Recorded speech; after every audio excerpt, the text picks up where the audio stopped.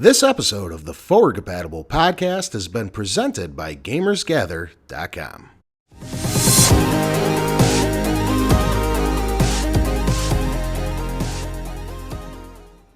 Hello and welcome once again to the Forward Compatible podcast. This is episode 117, part 2. Normally I take over Tony's topic of the week right now, but we're actually going to hand the reins over to Mas here because he has something special planned for us. Yes. And of course, we're talking Nintendo. Yes.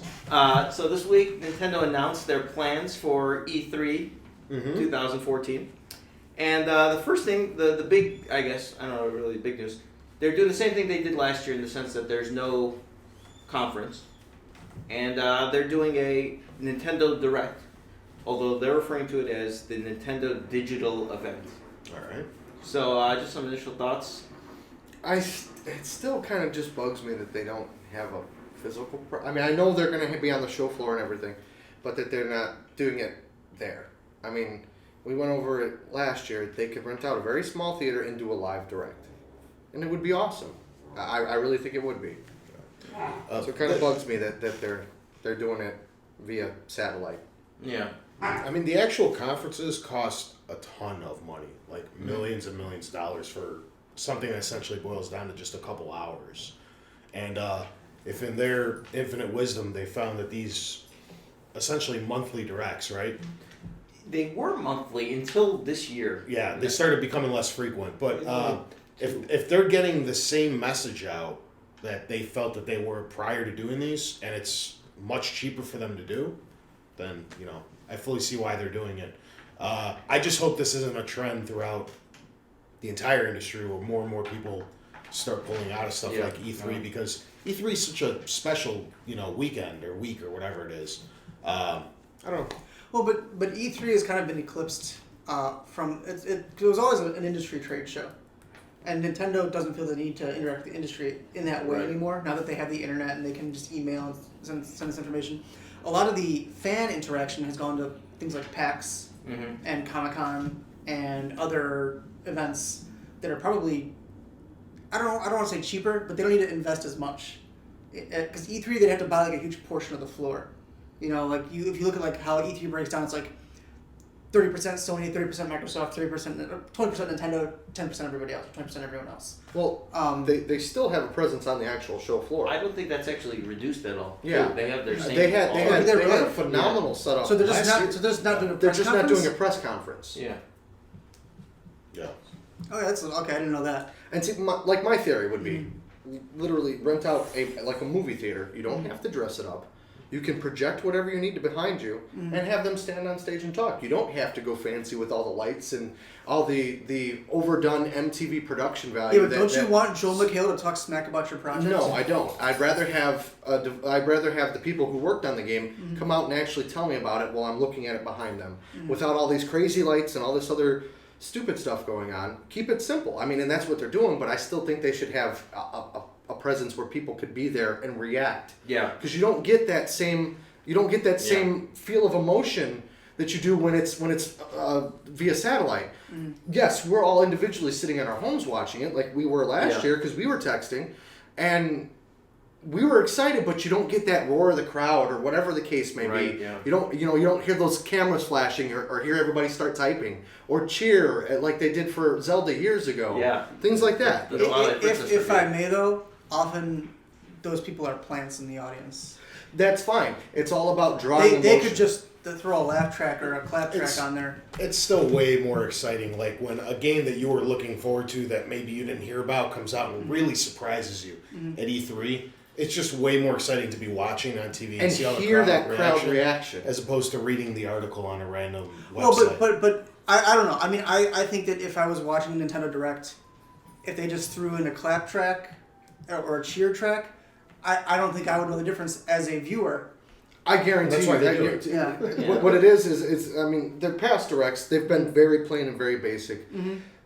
They talk about the game. It's a plain background that they're usually standing on, one or two props maybe, like, they had the little Nintendo hat on, or the Mario hat, Luigi hat, whatever it was. But then they'll cut to the video game footage, as opposed to And now we're going to show you the game, and they just do like this up onto a big screen. Mm-hmm. Again, I'm not saying You don't have to go all crazy with the lights and the spectacle of it, but just having that presence. And yeah, sure, there may be some plans there. I don't disagree that that's something that every I think thing like that happens. If they could pull it off, it would be interesting. But Nintendo's hasn't really pulled it off unless they bring out Miyamoto to show something. Miyamoto tends to get the crowd riled up. But if they bring out Iwata does not have the presence. But he's the one that hosts the directs. I know, I agree. Reggie has it. Reggie has the presence, but they don't let Reggie do anything. Yeah. Because Nintendo is stuck on doing things their way, and Reggie is a figurehead. I still think, as an overall opinion, if you're trying to appeal to the E3 crowd, you need to be there, and not just on the show floor. Yeah. You need to be there. You need to have a presence. You need to have a conference or a press conference, not just a pre-taped video. Mm-hmm. Well, wasn't last year's live? No. Yeah, well, the Nintendo Direct was released at a specific time live, but it was not filmed. No, that's why it was. That's why it was crashing the internet. Exactly, it was crashing. Mm-hmm. It jumped straight from Wind Waker to Wonderful 101. Mm-hmm. So forever tainted Wonderful 101 exactly, for Jason. Exactly. So that's right, you're not missing much. But I mean, I was sitting there and I wanted to be excited about it, but just watching it on the computer, It's not the same. with just a guy standing there, it didn't have that appeal that it would have. But what they could do, so they could do something live. I think the issue is because there are other companies. There's a very big company that you'd think makes fruit but actually makes electronics that never does any trade shows, ever. They used to. They don't anymore. Mm-hmm. They just do conferences every year, but they do have crowds at these conferences. But they don't always have big crowds. Well, it's because it's $1,500 a ticket to go to one of their conferences. No. I have the email. Apple says pay? No, I don't really. Yeah. I've never heard that. That was the greatest joke I've ever heard. What? You'd think they'd make fruit. I don't know if the audience caught that. We're talking about Apple. The World Developer Conference is... No. Oh. But WWDC is not... that is for developers to go and talk directly to Apple employees about developer stuff. Fair enough. When people talk about going to WWDC and their press, it's not for the press. Yeah. They might announce a computer there, but they don't do anything big there. When you go to WWDC, you're there to learn stuff about the new OS. Like the inner workings. You have to sign an NDA to attend that stuff. Yeah, I know. So I got the email. That doesn't. Yeah, that's not what I'm talking about. Fair enough. This actually relates to one of the other things Nintendo announced with E3 this year. Mm-hmm.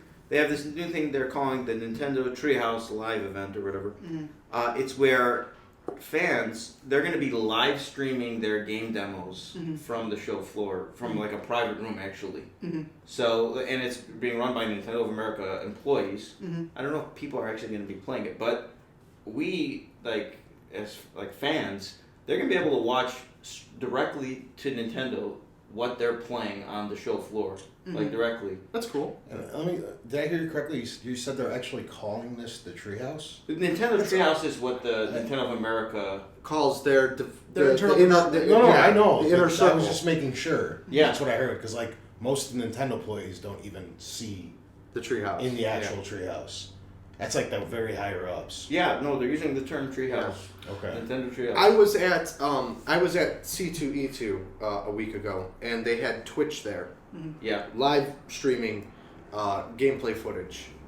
Well, they were hosting a tournament for Titanfall. So I think that's a smart idea. Actually, you can jump in, you can see, and it's not just that same footage over and over. Yeah. Even though it's probably a very specific portion of the game or the demo or whatever. Mm-hmm. But everyone plays it different when you play a game, Well, that's the problem. Is you're when they're releasing stuff, they're releasing them in vertical slices. Those pieces get cut from a game that's in development, and it gets polished very well. And if it's like a 6 or 7 minute segment, they go full blown on that 6 or 7 minute segment because they know that's the piece that everybody's going to be pulling parts from to show off. And now you're going to get to see pieces outside of exactly. the slice. Last year, when they showed Watch Dogs, how many times did you see that exact same video clip from it over and over with the exact same things happening? Mm-hmm. Now you'll have live reaction to what to the game instead of a pre-recorded clip of it. Mm-hmm. One of the big things I think it's changing though is in the industry is it's almost completely getting rid of the middleman. Like, if you want to know what happened with Nintendo at E3, you don't need to go and read, Mossy's played this and this is his reaction to it. No, you can actually go and just watch the game directly and develop your own reaction to the gameplay. And, like, it's almost like Nintendo to me, with a lot of the things they're doing, with the Nintendo Directs in particular, they're just bypassing the media altogether. That's what they want to do. That is what they want to do. They want to talk directly to their customer base because the media can say bad things about them, whether they're true or not.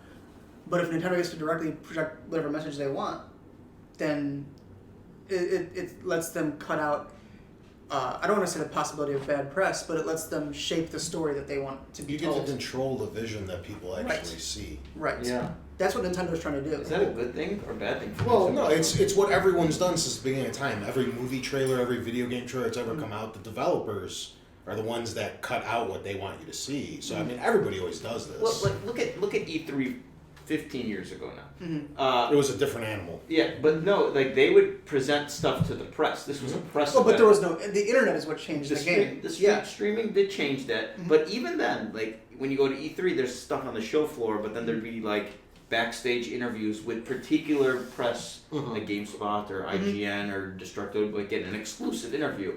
Yeah. And only they can report on that. And Nintendo even did this as recent as last year with, like, some of the Zelda team did specific interviews with specific websites.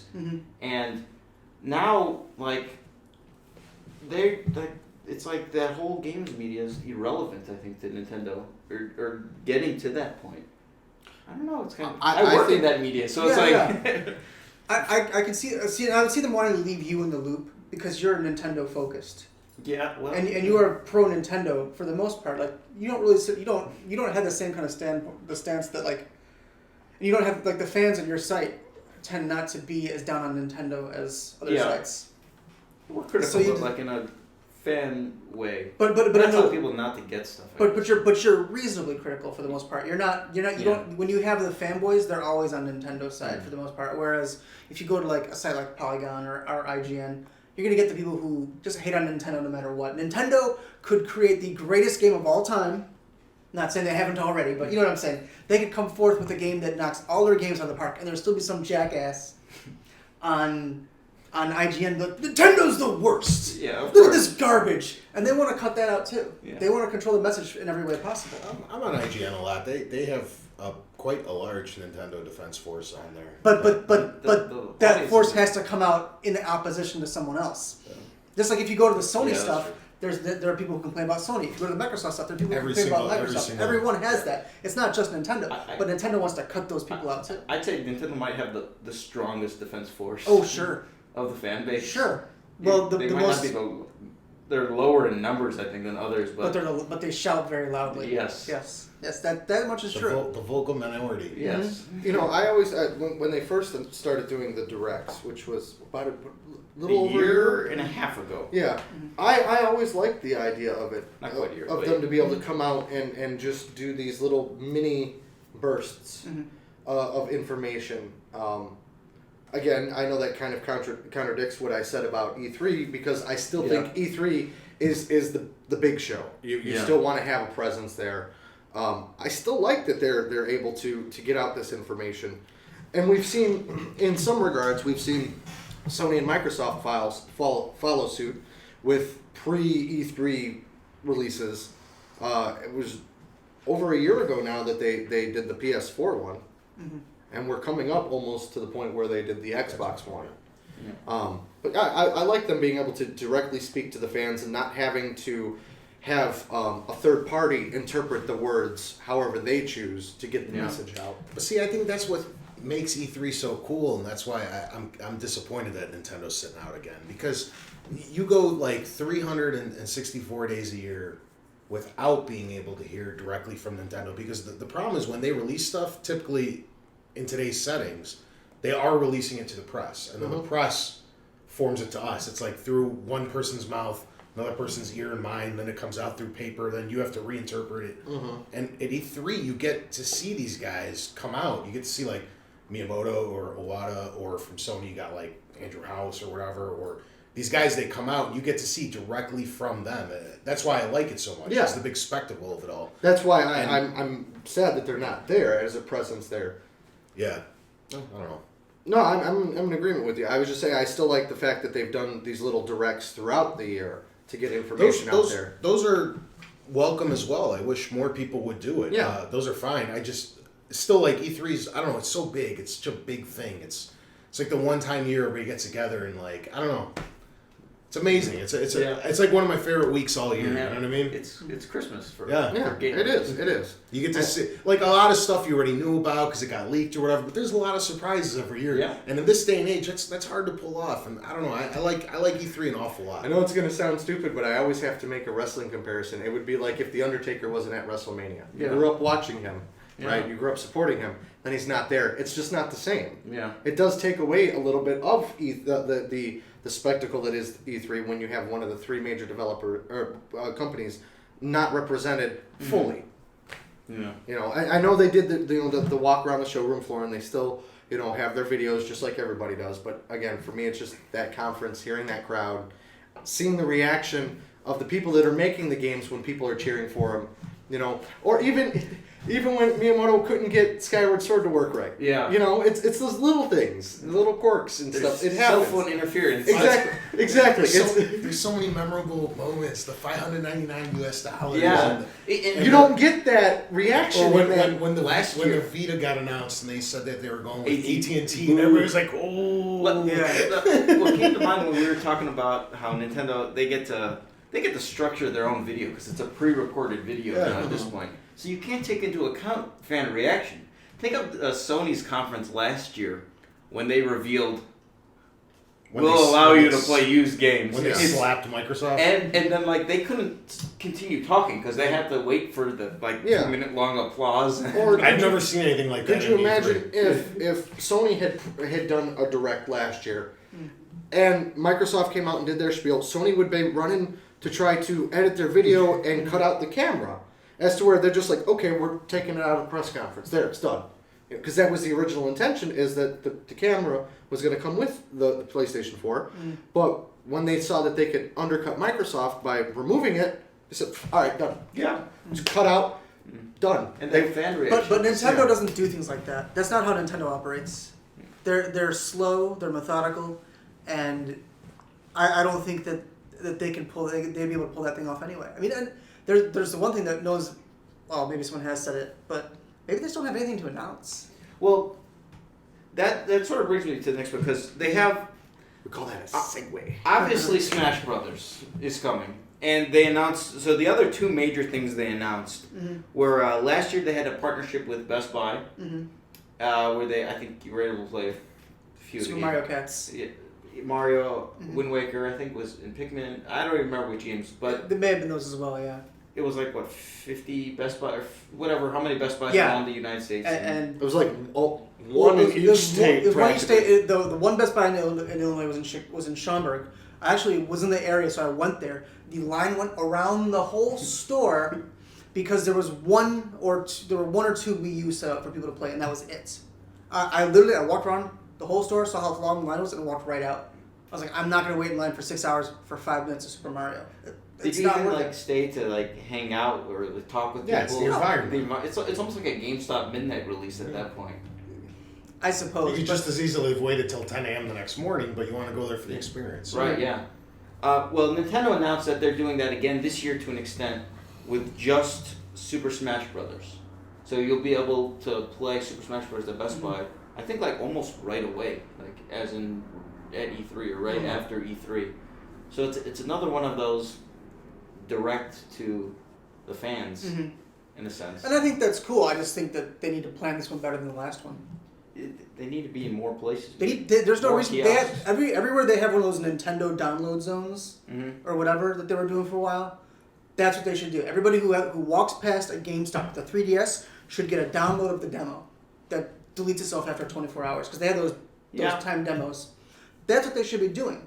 Every store that has an interactive kiosk should get a disc in the mail with Super Smash Brothers demo on it. That's what they should be doing. Whether they have a presence there or whether they have a person out there or not. They have representatives all over the place. They should just be installing those demos in every kiosk and setting up those previews. Everybody walks past the 3DS. Yeah. Why not? They were doing that before. Why did they shut that down? The other thing they announced with Smash Brothers is that they're calling it the Super Smash Brothers Invitational, where they're actually having a live 16, the best or some of the best Smash Brothers players in the world. I don't even know how that's. I was gonna say Well, how they did played Evo. Don't they play Smash Brothers at Evo? No. Didn't they do it one time? Nintendo shut them down. Yeah. Yeah, that's right. But that was last year. They let them do it this year. Yeah. So maybe they are Evo competitors. So, well, some of the best, and here's the irony of what we were saying earlier. I didn't mention it. They rented out the Nokia Theater, which is where they usually do their press conference. And they're using the Nokia Theater to do the 16-player Smash Brothers tournament. And again, it's broadcasted live so we can all watch it. So they'll probably have a little bit of a stage set up. They'll have the units up on the stage and dressed up and everything. And The point is, they're doing a live stream from the Nokia Theater.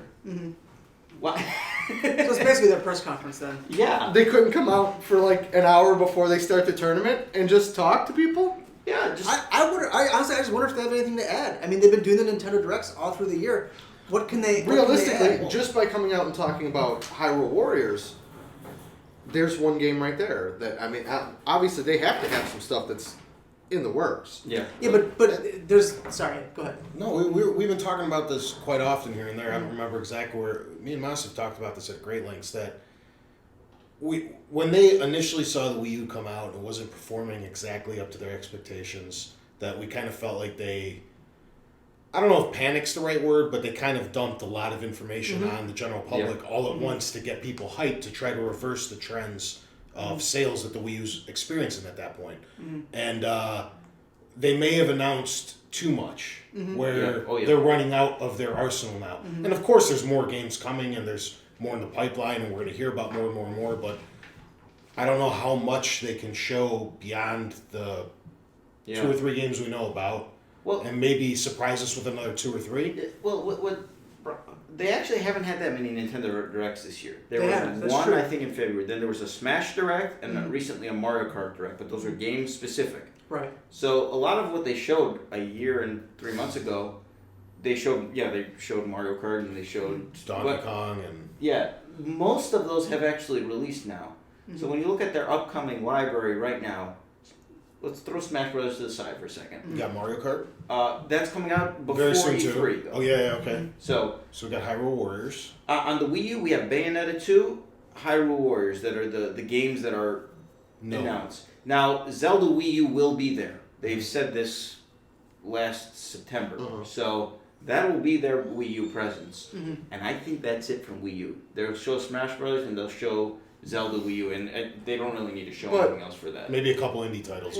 Maybe some smaller games. Last year, their online direct ran about an hour. Yeah. So it was about the length of a normal conference.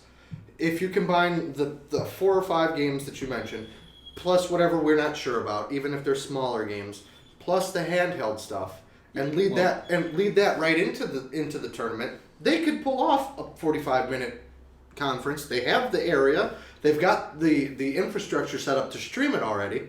Yeah. So I'm going to keep harping on it because I really want them to. Obviously they're not going to, but I really want them to just come out and go, "Hey, look, Zelda," and then hear everybody cheer. That's all they've got to say. It is Zelda and point. It doesn't necessarily even have to be in full form when they do show Zelda at E3. It's very commonplace when something's quite far off to just show very quick teasers and a screen, like and Uncharted. And they'll be like, they just did it with Uncharted 4. Well, and they'll have Zelda, and then it'll even say under there with little asterisks, working title, or something. You know what I mean? The thing and with it could still be a year and a half off. The thing with Zelda Wii U is they pulled it from the E3 lineup last year.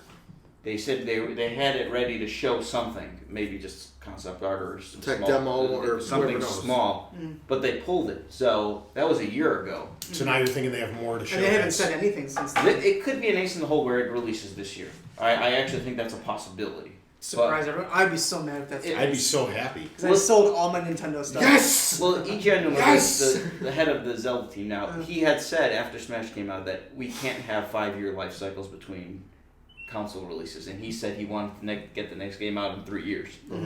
3 years is November 2014. Yeah. Now, that being said, Smash Brothers is coming out. Mm-hmm. I don't know if they want to double down like that. I'm curious if that realization came to them after seeing the sales of Skyward Sword, because at the time they had what that game sell, like four I don't know the something exact million? numbers. Yeah, Less than 5 million. I think in the threes or something. Yeah. Yeah, but you had like a 100 million person player This base was- because it came so late in the Yeah, the console. Wii was dead in the water at And that point. that's why I think they learned their lesson this time, and they want to come while it's still a relevant console Yeah. before waiting too long. Wouldn't it be prudent at this point to start developing it for the next console? Also, possibly. That is a possibility. That's what happened with the GameCube. When Yeah. Twilight Princess, it Yeah. seemed like it took forever for them to show it, or they showed it and then showed it again, and then it was like, And it was GameCube, and then all of a sudden they're like, oh, it's coming out on Wii U. yeah, Nintendo. We got doesn't- one copy of the GameCube one when it came out, you know, and like might have one pre-order on it by that point. Yeah, I mean, there's a possibility they show Zelda Wii U, and then they say it's not coming out in the next calendar year. And then And it's then also maybe- going to be on Wii X or Yeah. whatever they have Yeah, to call it. Fusion. Fusion. Yeah, that's a just like Revolution was a working I title. know. Holiday Dolphin. 2016, like what? Yeah, yeah. That's a possibility. Mm-hmm.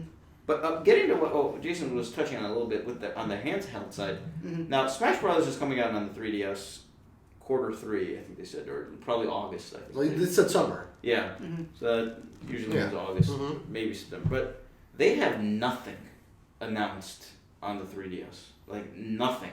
There's nothing in the distance coming It's out. about time for another Pokemon.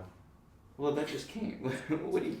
He tore through it in a day. He wants one every week. But like, I'm giving you Episodic Pokemon every content. week. This is How a perfect example. frequently do Pokemons release? Every few years, I isn't think it? every 3. Is it? Yeah. I mean, Because the last one was black But- and white, right? No, Black and White 2 was the direct sequel, and Yeah. it was a shorter lifespan. So, Yeah. But there is more content coming for X and Y. they could release So- Pokemon Z. Yeah, or they could start. That's a They possibility. could start building the DLC library that they were hinting at with X and Y, or again, I'm gonna go back and beat the horse again. They could be releasing a Pokemon for console finally. Yeah, it's possible. But they have, like, I think they actually have. They're not going to show much more on the Wii U because Yeah, yeah. they're going to show Zelda Wii U. Yeah. There'll be some smaller games in there. Maybe there's some of their tier 2 franchises. Maybe Retro Conduit Studios 3. shows something. I suddenly had this fear that they're like, well, since we don't care about the Wii U anymore, let's make a Metroid for it. Yeah.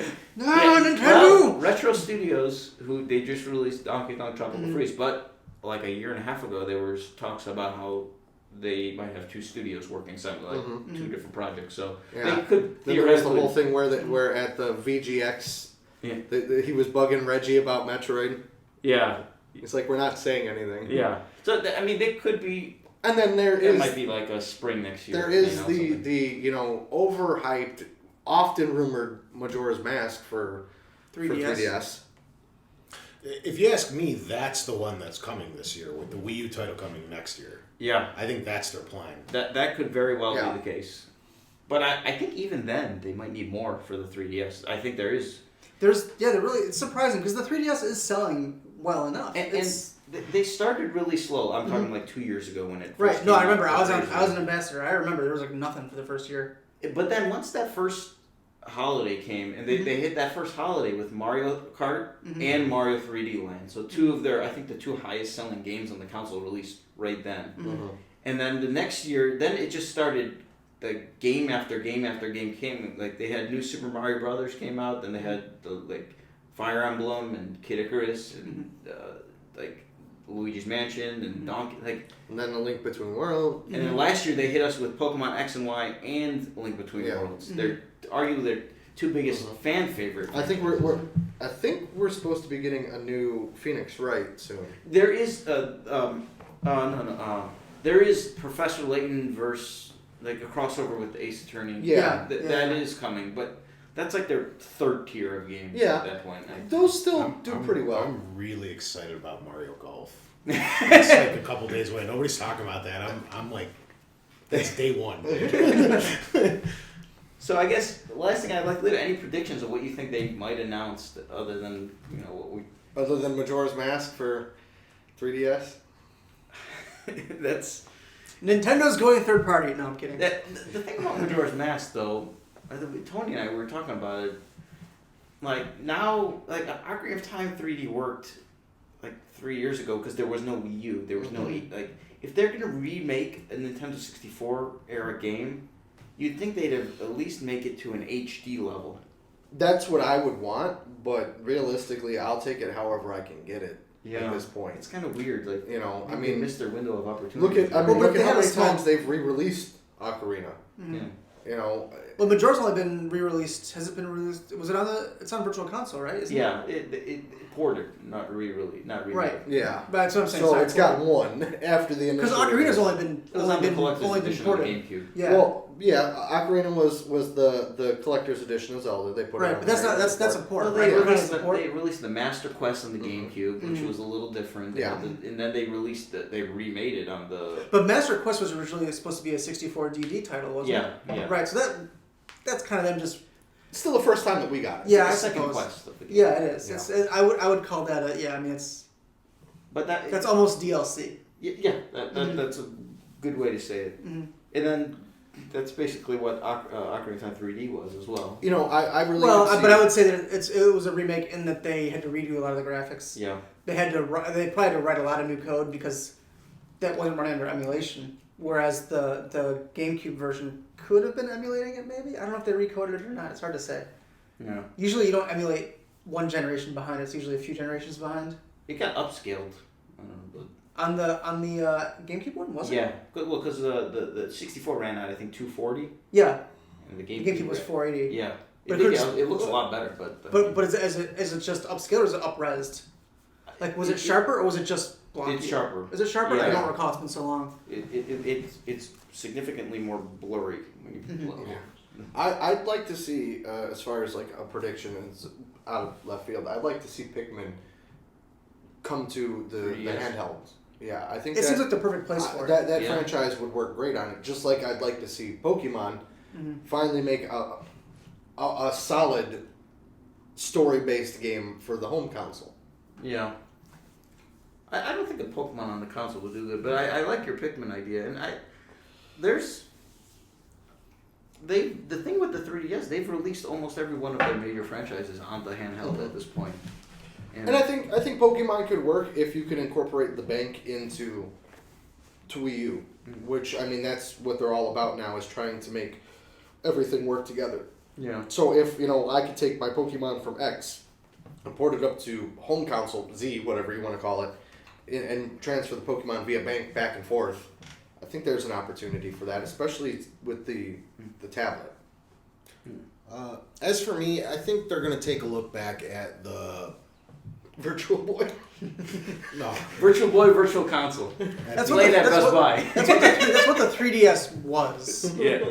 The 3DS was the next Virtual Boy in terms of the one 3D. Sorry. It's all right.